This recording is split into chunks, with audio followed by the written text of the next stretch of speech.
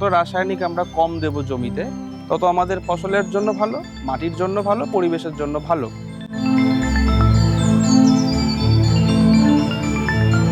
আমরা বলি 100 ভাগ ছেলেকে আমি চাকরিতে অ্যাসিস্ট করব।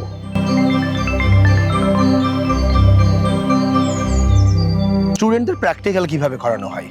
তো দেখুন, আমাদের এখানে প্র্যাকটিক্যাল করানো হচ্ছে। আমাদের এখানে ফ্যাকাল্টি, কলেজে যারা ফ্যাকাল্টি আছে তারা স্টুডেন্টদেরকে নিয়ে এসছে একটা মাঠে, একটা বাঁধাকপির একটা ক্ষেত দেখতে পাচ্ছি আমরা। তো এখানে স্টুডেন্টদেরকে নিয়ে আসা হয়েছে, এখানে বিভিন্ন রকম ইনসেক্টস কালেক্ট করবে, এরা স্যাম্পল কালেক্ট করবে। এরা কিন্তু এখন কারেন্টলি 2nd সেমিস্টারে পড়ছে, 1 বছর এদের কমপ্লিট হয়নি, এরা আমাদের কলেজে আছে, বাট এদের সাবজেক্ট অলরেডি আছে ফান্ডামেন্টালস অফ এন্টোমোলজি। তো যেখানে এরা সমস্ত রকম যে কোনো রকম ইনসেক্ট এরা কালেক্ট করতে পারে। এর আগেও ফার্মে এসছে, এই সেমিস্টারে ফার্মে আসছে, এখানে এসে যত রকম ইনসেক্ট দেখতে পাচ্ছে কালেক্ট করছে ওরা, দিয়ে এটাকে ওরা তারপরে এটা কালেক্ট করবে, তারপর এটা নিয়ে ওরা পড়াশোনা করবে ওরা। ওকে, আমরা একটু টিচারের সঙ্গে একটু কথা বলি তাহলে, চলুন।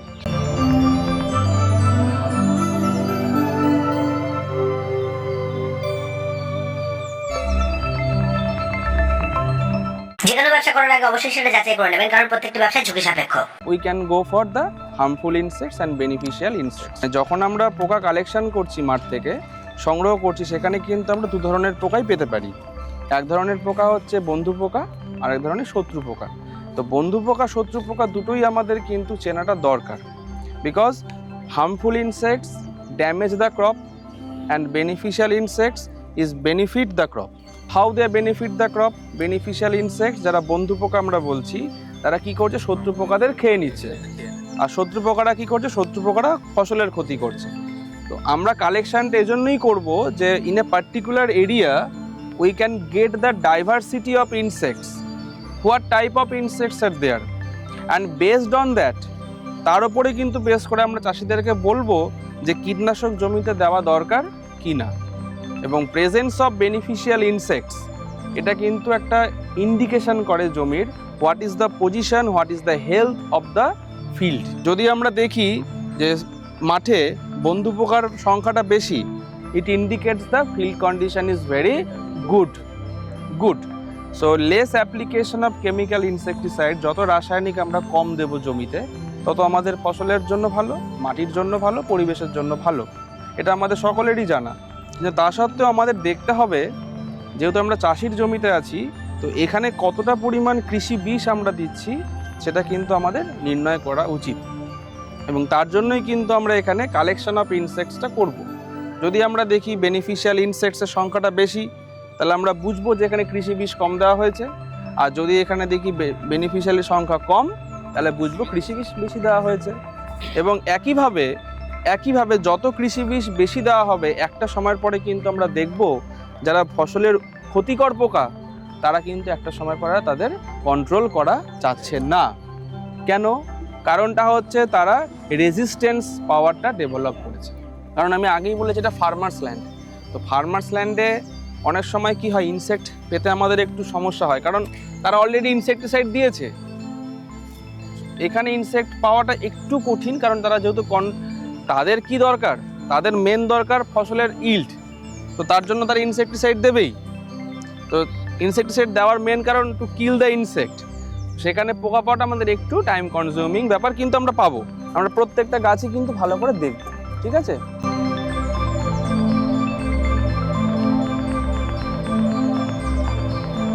Tagore school of rural development and agriculture management 2010 থেকে কল্যাণীতে চলছে এবং যথেষ্ট সুনামের সঙ্গে। সারা পশ্চিমবঙ্গে যদিও একটি কলেজ যেটা ডিপ্লোমা এগ্রিকালচার, এবং আমরা কিন্তু এগ্রিকালচারের সঙ্গে ম্যানেজমেন্ট কোর্সটা ঢুকিয়েছি, যার জন্য আমাদের ছেলেদের ডিমান্ড খুব বেশি। তাছাড়া আর একটা যেটা বড় কথা, সেটা হচ্ছে এগ্রিকালচার পড়া মানে প্র্যাকটিক্যাল ভেরি ইম্পর্ট্যান্ট। মানে আমরা যখন আমাদের ছাত্র জীবন ছিল, তখন ছাত্র জীবনে আমরা ভোরবেলা 7টার সময় প্র্যাকটিক্যালে যেতাম, তারপরে আবার থিওরিতে আসতাম। এখানেও আমরা চেষ্টা করছি ঠিক এই জিনিসটাকে ফলো করানো। এখানে নিয়ারেস্ট BCKBর ফার্ম আছে এবং KVKর ফার্ম আছে, এবং সবচেয়ে বড় কথা, আমরা ফার্মার্স ফিল্ডে নিয়ে যাই পাশেই। তার একটি কারণ যে আমার স্টুডেন্টরা যদি যায়, তাহলে ওখানে সমস্ত ক্রপ পাবে, একসঙ্গে সব ক্রপ পাবে। এবং সব ক্রপ পাওয়ার সঙ্গে সঙ্গে শুধু ক্রপ কাল্টিভেশন নয়, সেখানে ক্রপ প্রোটেকশন কী করে হয় সেটাও দেখা, সেটা কোন ডিজিজ, কোন আপনার ইনসেক্ট যেগুলো লেগেছে। তার কারণ এই প্র্যাকটিক্যালটা ওরা থিওরি প্র্যাকটিক্যাল এই দুটো একসঙ্গে শিখছে বলেই এদের আজকের যে কোনো জায়গাতে খুবই ডিমান্ড, আর ওরা যে কোনো জায়গাতে নিজেদেরকে মানিয়ে নিতে পারছে। এবার ধরুন বর্তমানে একটা কথা বলি, এই যে হায়ার সেকেন্ডারি রেজাল্ট বেরোবে, সব গার্জেনরা খুব চিন্তিত, কি করবে, কোথায় যাবে। এবং সত্যি এখন তো সাধারণ বিএসসি পড়ে কিছু লাভ নেই, যার ফলে এখন সমস্ত গার্জেনকে একটাই উদ্দেশ্য বলা যে আপনারা একটা জব ওরিয়েন্টেড কোর্স দেখুন। এই জব ওরিয়েন্টেডের মধ্যে এগ্রিকালচার অন্যতম, তার কারণ একটাই, সেটা হচ্ছে এগ্রিকালচারের শেষ নেই। কারণ মানুষ যতদিন বাঁচবে এগ্রিকালচারকে নিতে হবে। কিন্তু আজকে কি হচ্ছে, আমাদের এগ্রিকালচারের ক্ষেত্রে দেখা যাচ্ছে যে আমার ল্যান্ড কমে যাচ্ছে। যখনই ল্যান্ড কমে যাচ্ছে তখনই কিন্তু আমার ছেলেদের বা কৃষি বিজ্ঞানীদের একটা বিরাট দায়িত্ব যে আমরা ডাইভার্সিফাইড ফার্মিং কি ভাবি এবং অল্প জমিতে কি করে বেশি ইনকাম করতে পারি। নট অনলি ফসল, আমি হয়তো এমন হতে পারি এটা ইন্টিগ্রেটেড ফার্মিং করলাম, কিছুটা পোলট্রি রাখলাম, কিছুটা ডাকারি রাখলাম, কিছুটা ফিশারি রাখলাম এবং কিছুটা আমি আমবাগান করলাম, বা আমি তার মধ্যে কিছু সবজি ইন্টারক্রপিং করে নিলাম। তোমরা যে পোকাগুলো কালেক্ট করেছো তার মধ্যে মেইনলি যেটা আছে জ্যাসিস আছে, এই দেখো এটা জ্যাসিস আর এটা লেপিডপ্টেরা। এই লেপিডপ্টেরাটার এটা হচ্ছে আর্লি স্টেজ একদম, হ্যাঁ। এরপরে এটা আস্তে আস্তে একটা মথে পরিণত হবে। মোটামুটি it will take 30 to 35 days to form a মথ।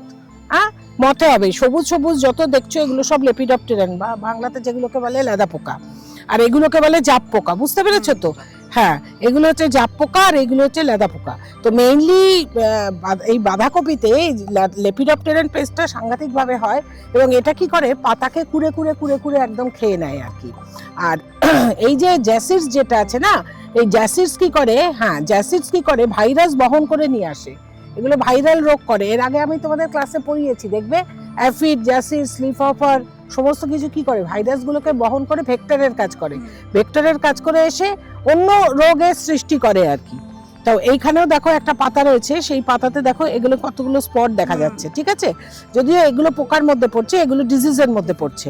তাই এই লিফে যে স্পটগুলো সেগুলো হচ্ছে অল্টারনেরিয়া লিফ স্পট, অল্টারনেরিয়া ব্রাসেসি, হ্যাঁ। আর এখানে দেখো যে সিমটমটা দেখা যাচ্ছে এটা হচ্ছে ব্লাইট। দেখেছো খানিকটা অংশ জুড়ে এই রোগটা হয়েছে, ব্রাইট বা অ্যানথ্রাকনোজ বলতে পারো এটাকে, হ্যাঁ। আর এইটা হচ্ছে লিফ স্পট। লিফ স্পটের দেখো চারিদিকে ইয়েলো একটা হ্যালো, দেখবে আমি সিমটমে লিখিয়েছি ইয়েলো হ্যালো তৈরি হয়েছে, স্পটের চারদিক দিয়ে একটা ইয়েলো হ্যালো। তার মানে এটা বুঝবে অল্টারনেরিয়া লিফ স্পট। পেছন দিকেও দেখতে পাওয়া যায়, সামনের দিকেও দেখতে পাওয়া যায়। তো এখানে কোনো ফাঙ্গিসাইড স্প্রে করলে এগুলোকে কন্ট্রোল করা যায়। এবার লিফ ইয়েলোইংটা দুটো কারণে হতে পারে, একটা হচ্ছে নিউট্রিশনাল ডেফিসিয়েন্সি আর একটা হচ্ছে কোনো অ্যাটাক। অ্যাটাকের মধ্যে কি হতে পারে, ফাঙ্গাস হতে পারে, ব্যাকটেরিয়া হতে পারে, ভাইরাস হতে পারে। এইবার যেহেতু এখানে দেখা যাচ্ছে যে জ্যাসিডের উপদ্রব খুব বেশি, তাই এগুলোকে ভাইরাল ইনফেকশন আমরা বলতেই পারি বা ব্যাকটেরিয়াল ইনফেকশন আমরা বলতেই পারি আর কি। তো তোমাকে ইয়েলোইংটা দেখতে হবে, ইয়েলোইংটা কিভাবে হচ্ছে, গাছের উপর দিক থেকে হচ্ছে না নিচের দিক থেকে হচ্ছে। যদি গাছের উপর দিক থেকে হয় তাহলে জানবে কোনো ইনফেকশন, আর যদি নিচের দিক থেকে হয় তাহলে জানবে ওটা নিউট্রিশনাল ডেফিসিয়েন্সি। তো এখানে এটা হচ্ছে একটা টমেটো ফিল্ড। সেই টমেটো ফিল্ডে তোমরা লক্ষ্য করলে দেখতে পাবে যে এখানে বিভিন্ন ধরনের ডিজিজ আছে। এগুলো দেখতে পারো, এখানে লিফ কার্ল ভাইরাস দেখতে পাওয়া যাচ্ছে, হ্যাঁ। তাছাড়া এখানে মোজাইক সিমটম কিছু আছে, এই যে এইটা হচ্ছে দেখো মোজাইক সিমটম। তোমরা ভালো করে লক্ষ্য করো, এটা মোজাইক সিমটম আছে। দেখো এখানে হলুদ এবং তার সাথে কি আছে, সবুজ আছে। এবার প্রথমেই তুমি এটাকে মোজাইক সিমটম বলতে পারো না, কারণ তোমাকে জানতে হবে এটা নিউট্রিশনাল ডেফিসিয়েন্সি না মোজাইক, দুটোর মধ্যে একটা। ইয়েলোইং দুটো কারণে হয়, একটা হচ্ছে নিউট্রিশনাল ডেফিসিয়েন্সিতে হয় আর একটা হচ্ছে রোগে হয়। তবে এটা হচ্ছে নিউট্রিশনাল ডেফিসিয়েন্সি নয়, এটা হচ্ছে একদম পিওর মোজাইক। তাছাড়া কিছু ব্লাইট আছে, দেখো ধার দিয়ে পাতাগুলো কুচকে গেছে, ধার দিয়ে একটা ইয়েলো হ্যালো। এটা তো লিফ কার্লের খুব সুন্দর এক্সাম্পল। এই যে লিফ কার্ল, এটা লিফ কার্লের খুব সুন্দর এক্সাম্পল। দেখো পাতাটা একদম গুটিয়ে গেছে, আর কিছু ব্লাইট আছে দেখো, এই যে ব্লাইট, এগুলো হচ্ছে ব্লাইট। এই যে পাতার ধার দিয়ে দেখো পুরোটাই হয়ে গেছে, রটিং হয়ে গেছে, হ্যাঁ। এবার টমেটো তো সব থেকে বেশি যেটা হয় সেটা হচ্ছে উইল্টিং সিমটম। সেটা কি হয়, ফিউসেরিয়াম অক্সিস্পোরাম ফর্মা স্পিসিস লাইকোপারসিসির দ্বারা টমেটোতে হয়, এবং এই টমেটোতে তখন গাছটা পুরোটাই নিচের থেকে শুকোতে শুরু করে, এবং নিচের ডালগুলো আগে শুকোয়, তারপর উপরের ডালগুলো আস্তে আস্তে শুকোতে থাকে। সেটা ফিউসেরিয়াম অক্সিস্পোরামের জন্য হয়, এবং এর জন্য সব থেকে ভালো ওষুধ যেটা সেটা হচ্ছে ট্রাইকোডার্মা ভিরিডি। তলা থেকে পাতাগুলো শুকিয়ে গেছে, দেখতে পেয়েছো? তলা থেকে পাতাগুলো শুকোচ্ছে এবং শুকোনোটা নিচের থেকে ওপরের দিকে আসছে। যখনই নিচের থেকে ওপরের দিকে আসবে তখনই জানবে এটা উইল্টিং। হ্যাঁ, উইল্টিং। এটার জন্য দায়ী হচ্ছে ফিউসেরিয়াম অক্সিস্পোরাম, ফর্মা স্পিসিস লাইকোপারসিসি। কারণ টমেটোর সায়েন্টিফিক নেম লাইকোপারসিকন এসকুলেন্টাম, সেখান থেকেই লাইকোপারসিসি কথাটা হয়েছে। যে কোনো উইল্ট মানেই জানবে fusarium. Any type of wilt in any crop, that is due to fusarium. কিন্তু টমেটোর জন্য যেটা দায়ী সেটা হচ্ছে ফর্মা স্পিসিস লাইকোপারসিসি। ফ্রুটে ম্যাক্সিমাম যে প্রবলেমটা হয় দ্যাট ইজ রটিং, ঠিক আছে? কিন্তু ব্যানানাতে অনেক সময় দেখা যায় যে বাঞ্চিটা ব্যানানা হয়, ব্যানানাতে কিছু রোগ আছে যেটা উইল্টিং আছে, সেটাও ব্যানানাতে হয়। সিগাটোকা ডিজিজ আছে যেটা ব্যানানাতে হয়। ম্যাঙ্গোতে যেটা হয় সেটা হচ্ছে অ্যানথ্রাকনোজ, সেটা প্রি হারভেস্টও হতে পারে, পোস্ট হারভেস্টও হতে পারে। অ্যাপেলে স্ক্যাব হয়, পেয়ারাতেও স্ক্যাব হয়, পেয়ারাতে রটিং হয়। তো এই ধরনের ডিজিজগুলোই মেইনলি ফ্রুটসে দেখতে পাওয়া যায়। সব থেকে উঁচু গাছ আছে এখানে পাপায়া, ঠিক আছে? তারপরে আছে টমেটো, তার নিচে আছে পেঁয়াজ, অনিয়ন, ঠিক আছে? এই ফিল্ডটাতে পুরো টায়ার সিস্টেমে চাষটা করা হয়েছে, এবং this field is very good and very lucrative. The tomatoes grown that are very key dense. যে টমেটোগুলো হয়েছে সেই টমেটোগুলোর মানে ফলন খুব ভালো। এই যে এখানে যে হলদেটা হয়ে গেছে, এটা কি নিউট্রিশনের জন্য নাকি না না না ব্যাকটেরিয়া না এফেক্ট? না না, এটা নিউট্রিশনের জন্য না, এটা due to disease. It's a case of genuine case of bacterial blight. পুরো লিফটা ধরে একটা মোজাইক প্যাটার্ন হবে। আস্তে আস্তে ইয়েলো হয়ে যাবে। হ্যাঁ, এটা দেখো এই যে ব্রাউন হওয়া শুরু হয়েছে, প্রথমে ইয়েলোইং হবে, তারপরে আস্তে আস্তে ব্রাউন হয়ে পুরো পাতাটাকে ঝরিয়ে দেবে। মানে সবুজ হলুদ হবে, তারপরে বাকিটা পাশ থেকে পুরোটা ইয়ে হয়ে যাবে। কোনো পটাশিয়াম আমরা দিতে পারি কোনো সলিউশন হিসেবে? সলিউশন হিসেবে তোমাকে মেডিসিন দিতে হবে। স্ট্রেপ্টোমাইসিন সালফেট স্প্রে করতে পারো, তাছাড়া কপার অক্সিক্লোরাইড স্প্রে করতে পারো, ম্যানকোজেব স্প্রে করতে পারো। যদিও ওগুলো অ্যান্টি ফাঙ্গাল হচ্ছে, অ্যান্টি ব্যাকটেরিয়াল হিসেবে স্ট্রেপ্টোমাইসিন সালফেট একটা স্প্রে দেওয়াই যায়। স্ট্রেপ্টোমাইসিন সালফেট, আচ্ছা।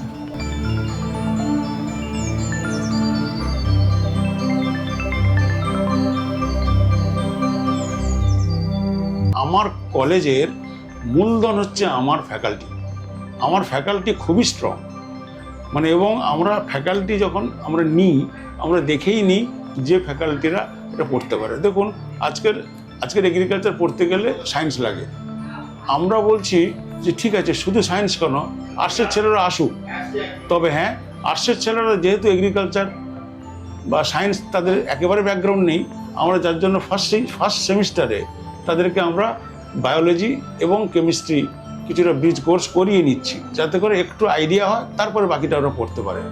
যার ফলে হয় কি, থিওরি এবং আমরা ল্যাবের প্র্যাকটিক্যাল এবং সেই সঙ্গে মাঠের প্র্যাকটিক্যাল, এই তিনটেই একসঙ্গে আমরা যেভাবে করছি, যার জন্য আমাদের ছেলেদের আজকের একটা বিরাট একটা জায়গায় ওরা চলে যাচ্ছে এবং তারা শিখতে বাধ্য হয়েছে। দেখুন, আমাদের কলেজের অ্যাডমিশন নিয়ে যেটা আমরা করি, অ্যাকচুয়ালি আমরা কোনো টেস্ট নিই না ঠিকই, কিন্তু ইন্টারভিউ নিয়ে এই কারণে যে প্রথম দেখে নিই যে এই ছেলেটির এগ্রিকালচার ওরিয়েন্টেশন আছে কিনা, মানে এগ্রিকালচার পড়ার মানসিকতা আছে কিনা। যার জন্য আমরা কিন্তু স্পেসিফিক্যালি গ্রামের ছেলে ছাড়া নিই না, সাধারণত নিই না। তা বলে কোনো শহরের ছেলে এলে নেবো না, তা নয়। কিন্তু প্রথম কথা, তার জন্য এগ্রিকালচারের প্রতি একটা ভালোবাসা থাকে, তাহলে হবে কি সুবিধা হয়। এবং যদি এখানে আসে তারা আমরা নিয়ে আস্তে আস্তে এদেরকে মাঠে পাঠিয়ে এদেরকে ভালো ক্লাস করে আসলে এই মানসিকতাটা তৈরি করে দিই। তৈরি করার পর তারা যে যার নিজের কাজ করে। সবচেয়ে যেটা বড় কথা হচ্ছে, এদের খুব যেটা বেশি ক্লাস দিয়ে মাথা খারাপ করে দিই তা না, আমরা ডেলি মিনিমাম 3টে ক্লাস রাখি, মিনিমাম 3টে। এর বেশি রাখলে মানে এরা তো সেভাবে অভ্যস্ত হয়ে আসেনি না, তাই তো। আগে আমরা 10টা থেকে 5টা করতাম, কিন্তু এখন আমরা ওই 3টে ক্লাস রাখি। 3টে ক্লাসটা খুব কম্প্যাক্ট ক্লাস রাখি। আমরা সব জায়গায় বলি, এইভাবে বলি না যে 100 ভাগ চাকরি আছে, আমরা বলি 100 ভাগ ছেলেকে আমি চাকরিতে অ্যাসিস্ট করব। তবে বলতে গেলে, সত্যি কথা বলতে গেলে, আমার কিন্তু কোনো ছেলে এ পর্যন্ত 2010 থেকে যদি আমি প্রতি বছর 50 থেকে 60টা গড় ছেলে ধরি, তারা কিন্তু কেউ বসেনি এবং তারা যথেষ্ট ভালো জায়গায় আছে, যথেষ্ট ভালোভাবে আছে। আমাদের গর্ব, তাদের মাঝে মাঝে যখন তারা কলেজে আসে, তাদের দেখলে আমাদেরও ভালো লাগে যে এরা মোটামুটি তারা দাঁড়িয়ে গেছে।